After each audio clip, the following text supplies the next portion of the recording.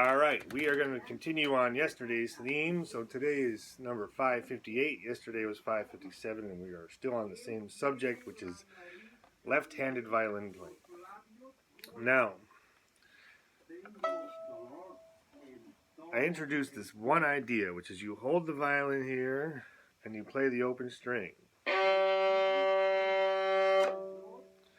Now, if you've been watching a while, you might recognize this violin because I use two violins. I use the bright red one, which is a standard right-handed violin, and I use this wooden acoustic one, which is a standard left-handed violin. So what I'm doing is I've taken a standard left-handed violin and I'm playing it on my right side, which means I will be a mirror image to the person who wants to take a standard right-handed violin and play it on the left side. So what I'm suggesting is it doesn't matter the quality of the violin. You can even get a cheap violin because all we're playing is that for a little while. So there's this kind of really cheap violin you can buy, which actual violinists call a VSO. A VSO is what they call a violin-shaped object. And you see them on eBay and you see them on Craigslist. And it's something that looks like a violin in the picture, but when you get it home and try and play it, it's a piece of junk in every direction. The pegs don't stick, the strings are bad, the neck is bad, the whole thing is a train wreck. And so you can buy these for $75. And it's basically a piece of decoration that goes on the wall. But you can do this exercise with that piece of decoration. And then you can upgrade from there.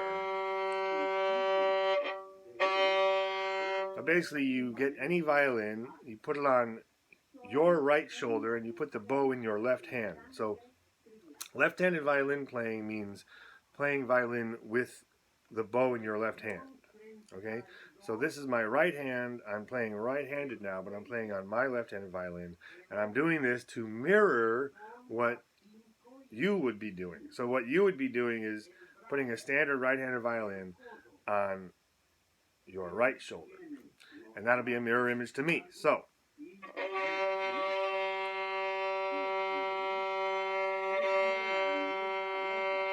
I said we're going to do this for 2 months, so that's the work we're going to do for 2 months. But there's a couple things you can play with within this work. So the work we're doing is we're just holding the violin and we're pulling an open G string.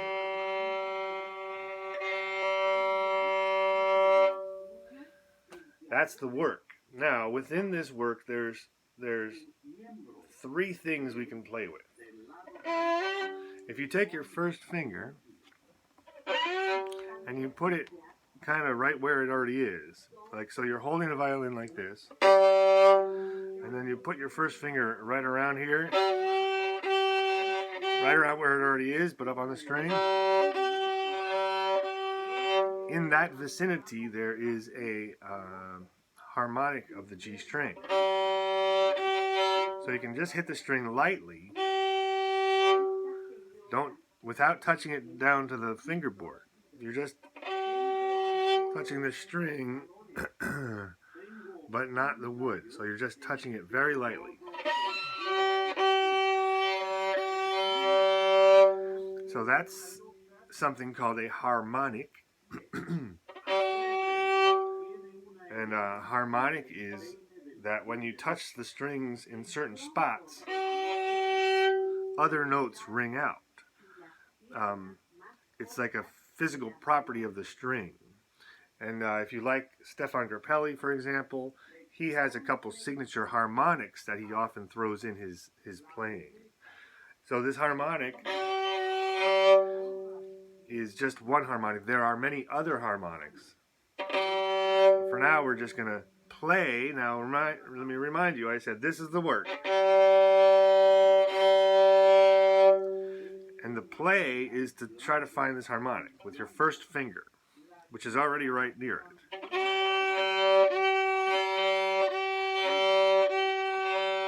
Right? too high, too low, just right. Too high, too low, just right, right?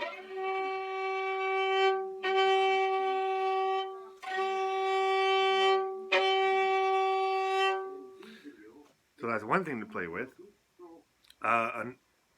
Another thing you can play with is to try to, once you can get that harmonic, try to get that exact same note by pressing the string all the way to the wood. So now once I can find that consistently and regularly, the harmonic, I can use that as a reference note. So I hear this, and then I'm going to press the string in that exact same spot and try and get that exact same note. Now I'll jump ahead and I'll say other harmonics, if you press the string where the harmonic is, you usually don't get the same note. But on this specific harmonic, that note lives right under that harmonic. So here's one thing to play with.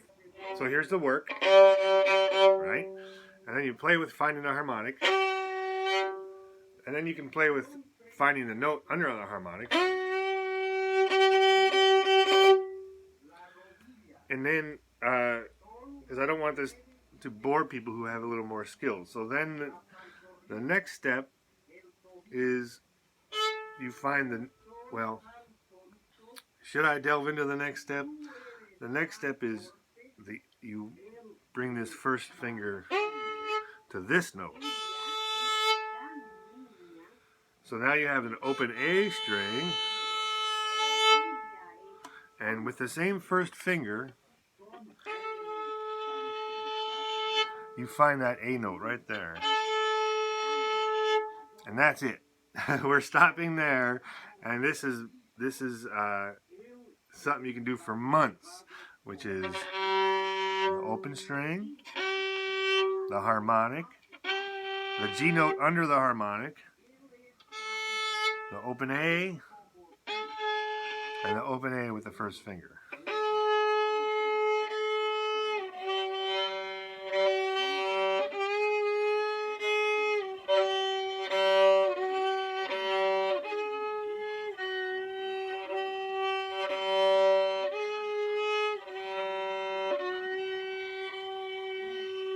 Remember, all that stuff that you're using your first finger for, and it's all with the first finger, no other fingers. The other fingers are just holding it, right?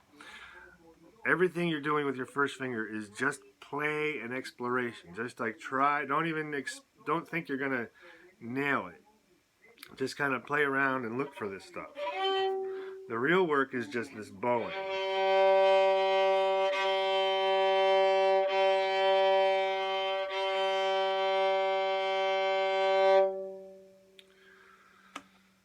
All right, now I'll add from yesterday that I said that this left-handed violin playing is the answer.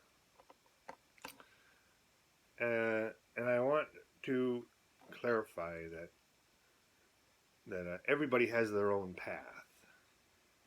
And so it may not be the answer for you. But I do think it will be the answer for some people. Because the great question in life, there's only really one question. And the question is,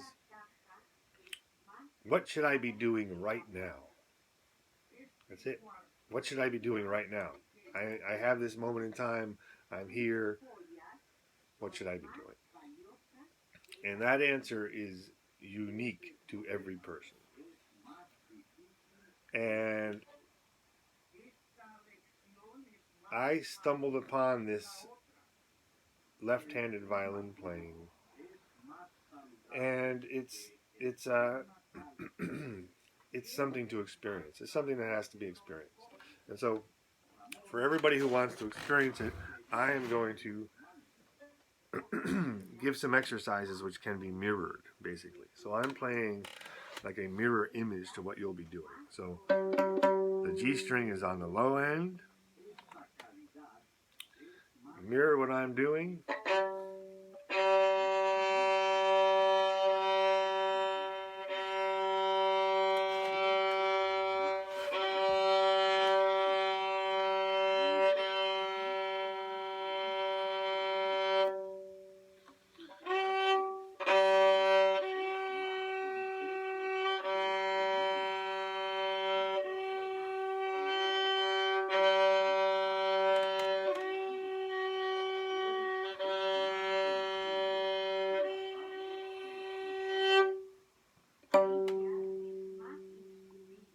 All right?